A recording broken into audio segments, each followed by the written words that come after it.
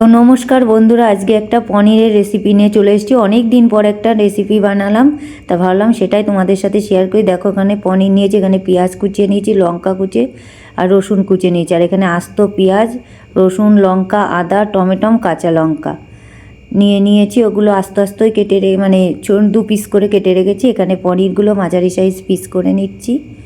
আসলে অনেক দিন ধরেই মানে ভালো রান্না হয়, কিন্তু ভিডিও করার আর সময় হয়ে ওঠে না রান্নার সময়।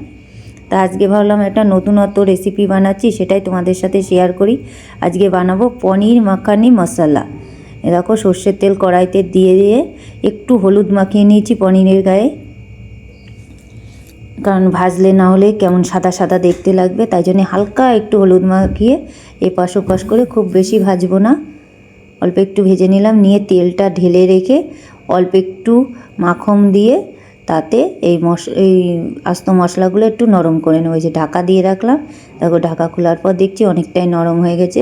তা একটু নাড়াচাড়া করে তারপরে এগুলো তুলে নেব। তুলে নিয়ে এটা ঠান্ডা করে এটার মধ্যে কাজু বাদামও দিয়ে দিলাম। ওগুলো ভাজা হয়ে যাওয়ার পরে তারপরে কিছুটা পরে কাজু বাদাম দিয়ে আর একটু নাড়াচাড়া করে নিয়ে নামিয়ে নিয়ে এবার এটা পেস্ট করে নেব।